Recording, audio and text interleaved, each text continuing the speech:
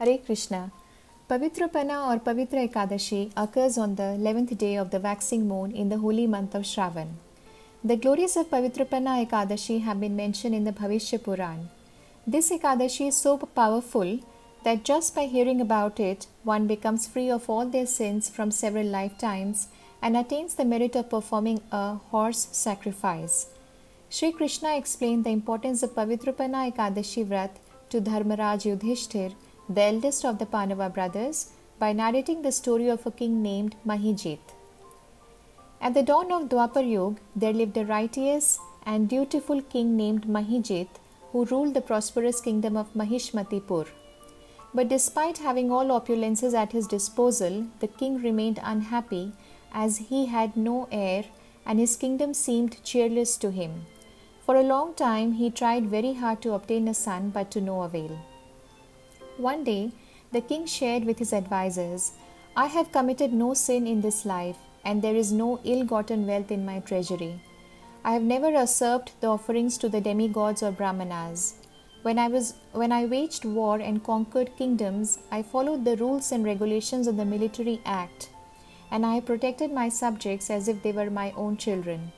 I punished even my own relatives if they broke the law, and if my enemy was gentle and religious, I welcomed him.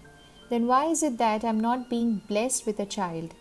Hearing this, the king's advisers decided to visit great sages residing in the forest and seek advice from them to solve the king's problem. At last, they came upon an exalted, austere, and pure sage named Lomas Rishi, who knew the past, present, and future. He was an expert in all the conclusions of the Vedas and had even extended his lifespan to that of Lord Brahma himself. King Mahijit's advisers humbly requested the sage to help him in absolving the king's misery and suggest a way by which he can obtain a son. Lomas Rishi, out of great compassion, decided to help them. He absorbed himself in deep meditation for a moment and at once understood the sinful deeds committed by the king in his previous life. Then he said, "Your ruler was a merchant in his past life, and feeling his wealth insufficient, he used to travel to different places to trade his goods. Once while traveling, he became thirsty. It was on a Dwadashi day at noontime. He came upon a pond, and just as he was about to drink, a cow arrived there with her newborn calf.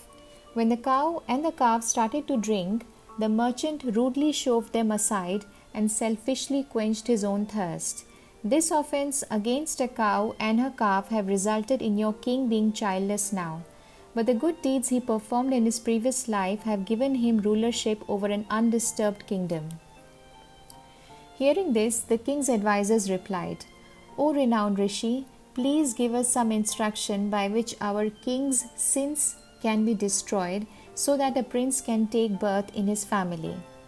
Lomas Rishi suggested them to observe the Pavitropana Ekadasi Vrat along with their king, following all the rules and regulations with utmost dedication and sincerity. Then, on the following day of Dwadashi, they should transfer all the merits obtained by this fast to their king, for doing so will bless him with a fine son. King Mahijit and all the citizens of Mahishmatipur followed the exact instructions of the sage by observing the Pavitropana Ekadasi Vrat. As a result of this, the queen became pregnant and eventually gave birth to a beautiful baby boy. Therefore, Pavitropana Ekadasi is also called Putrada, which literally means bestower of a son. In this way, whoever desires happiness in this life and the next should certainly fast from all grains and legumes on this auspicious day.